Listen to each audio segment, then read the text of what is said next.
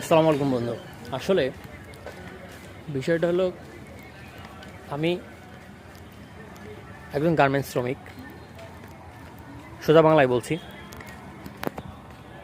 আমার টাকা আমি তুলব।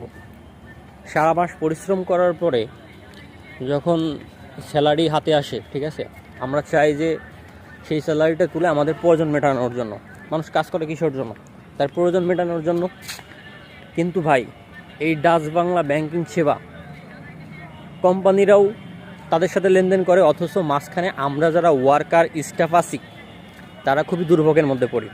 কারণ দেখা যায় যে কিছু কিছু কোম্পানি নির্দিষ্ট সময় টাকা দেয়, আবার কিছু কিছু কোম্পানি নির্দিষ্ট সময় টাকা দেয় না। আর এই নির্দিষ্ট সময় টাকা দিয়েও আপনি কি করবেন? আপনি কখনোই টাকা পাবেন না। আমি আমার দিক থেকে বলতে চাই, আমি কিছুক্ষণ হইলো, আজকে শুক্রবার, এই 2-3 দিন যাবত আমি ঘুরতেছি। ভাবলাম আজকে শুক্রবার যে কোনোভাবে টাকা তুলবো, আমার বাসার ভাড়া মিটাবো। কারণ আমার বাসার ভাড়া না মিটালে বাসার মালিক কিন্তু শুনবে না। অথচ সেই টাকা, আমার নিজের টাকা আমি তুলতে পারতেছি না। এই খাতে কিংবা এই ব্যাংকিং খাতে আইনিমূলক কোনো ব্যবস্থা অথবা সংশোধনীয় কোনো ব্যাপার যদি থাকে, আমরা গার্মেন্টস শ্রমিকরা বলতে চাই এই সংশোধনটা হোক।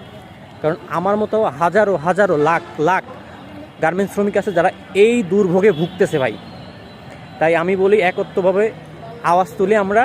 আর আমরা চাই সংশোধন। আমরা বেশি কোনো ঝামেলা চাই না, কোনো ঝঞ্ঝাট চাই না। আমরা চাই এটা সমাধান। আমরা মাস শেষে টাকা পাবো, আমাদের প্রয়োজন মেটাবো। আমাদের টাকা দিয়ে দেশের অনেক উপকার হইতেছে। আমরা হলো কিছুটা রেমিটেন্স যোদ্ধা। বাইরের দেশ থেকে যেরকম টাকা আসে, আমরাও কিন্তু সেই রেমিটেন্সটা বাইরে থেকে আনি। অর্থাৎ আমাদের দিকে সরকারদের একটু মনোযোগ দেওয়া উচিত। গার্মেন্টস শ্রমিকদের প্রতি সরকারের মনোযোগ দেওয়া উচিত। এই যে ব্যাংকিং সেবা যেভাবে আমাদেরকে প্রতিনিয়ত কষ্ট দিচ্ছে, প্রতিনিয়ত হ্যারাসমেন্ট করতেছে, এর একটা জবাব চাই। অর্থাৎ আমি দাঁড়িয়ে আছি ইপিজেড, চাই এর একটা সুষ্ঠু বিচার হোক, এর একটা সংশোধন হোক। আসসালামু আলাইকুম।